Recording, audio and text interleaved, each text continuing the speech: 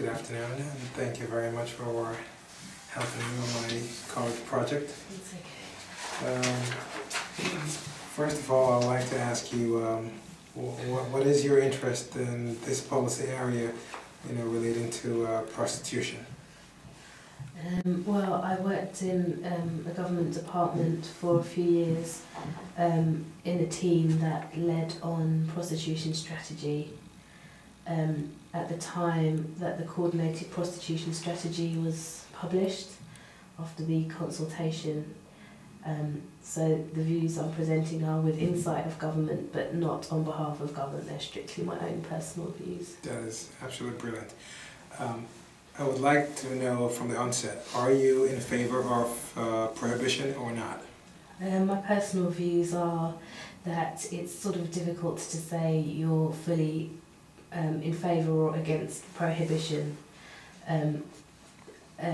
of prostitution. I would say that I sit in the middle of the argument, which ranges from all prostitution is a form of sexual exploitation to women, and the other end of the spectrum is that women should have the right to work as a sex worker if they choose. It's a choice about whether they choose to work in the sex industry or not. Then that choice should be provided for in a safe environment. But there is a question over where it becomes choice and in what circumstances women are coerced by financial situations or by difficult other situations or by drug addiction into prostitution, and that line isn't always clear, which is why the government took the position that all prostitution is a form of exploitation against women, although I don't necessarily think it's as clear-cut as that. So, in your opinion, this is what's driving the current batch of policies? What's driving the current batch of policies was sort of underpinned after the coordinated prostitution strategy with wide-ranging public consultation, Paying the Price, which was the first opportunity that government took stock of public opinion around prostitution. Now what came out of Paying the Price was lots of interesting stuff, but essentially that everyone has a view on prostitution. All manner of lay people on the street, right up to government advisors and statutory police officers and also women in the industry, and that range of opinion spans the entire breadth of what can be achieved.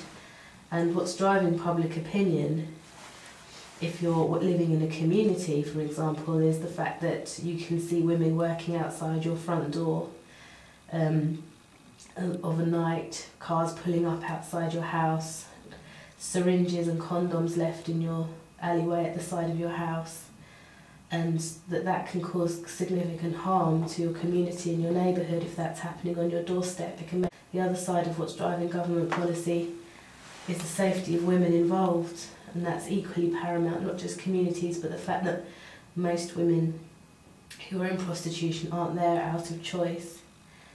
Sorry to interrupt. Yes. When you say most women in prostitution are not in it out of choice, are you saying that there are statistics to back this up?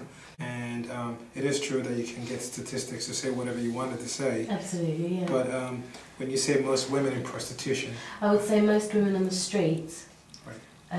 It's certainly who are involved in street prostitution are simply there for drugs. And from my own first-hand experience of a number of sex works projects I visited around the country, in Doncaster and London, in Leeds, in Yorkshire and Manchester, most of what I found was that 10 out of 10 women I came into contact with who are involved in street prostitution were also long-term crack, heroin addicts also, and that the sole reason that they were involved in street prostitution was to fund their drug habit, or to pay also for fines and court appearances that had emanated from them being arrested for loitering and soliciting.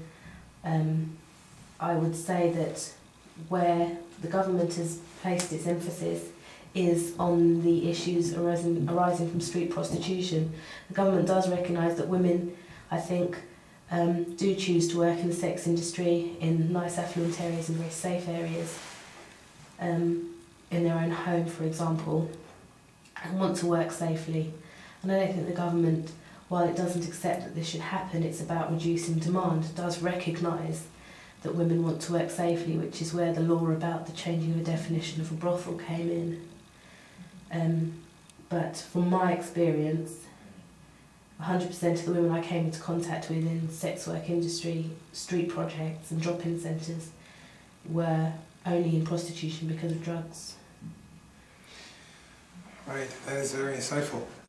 I would also like to know, could you name a few policies that you think are currently in place that are beneficial to prostitutes?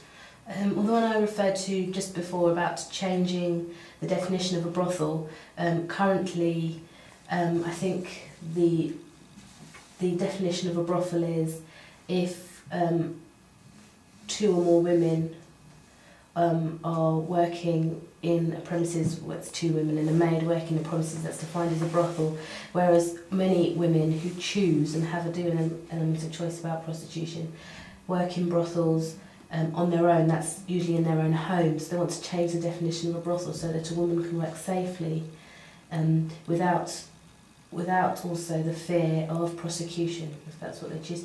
But another quite interesting one is the prostitute referral order, which is just going through statute at the moment, which basically looks at breaking the cycle of women on the street who are drug addicts and are forced into prostitution because of their drug habit.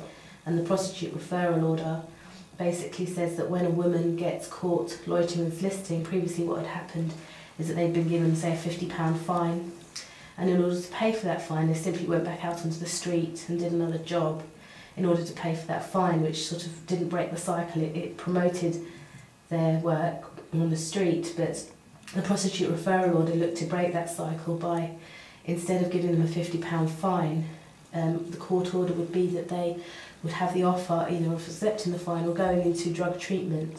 Could you tell me a number or one or two policies in place at the moment that you feel are counterproductive? Well, one thing I'm at odds with the government on is the curb crawling strategy that's in place. While it does recognise that the problems of curb crawling are significant for people in communities, what clamping down on curb crawling actually does is drive the women who often work together in groups on the street into more back streets, into more dangerous areas such as truck parks and car parks to seek to pay for tricks, basically. And so rather than what the tolerance zone might do is to set up safer areas for women to pick up men along curbs, by clamping down on curb crawling you simply drive the problem elsewhere, and you also perhaps make women take more risks in how they pick up men. Now, as many people as you find that support your argument, you will also find people that don't support your argument when it comes to prostitution. But I think paying the price was the first big opportunity for government to take stock of public opinion, and it was a huge wide-ranging consultation, and yes, nobody got everything out of it that they wanted to, so I think it went a long way. That's absolutely fantastic. I want to say a big thank you very much for helping me out with this. Thank you kindly. No worries.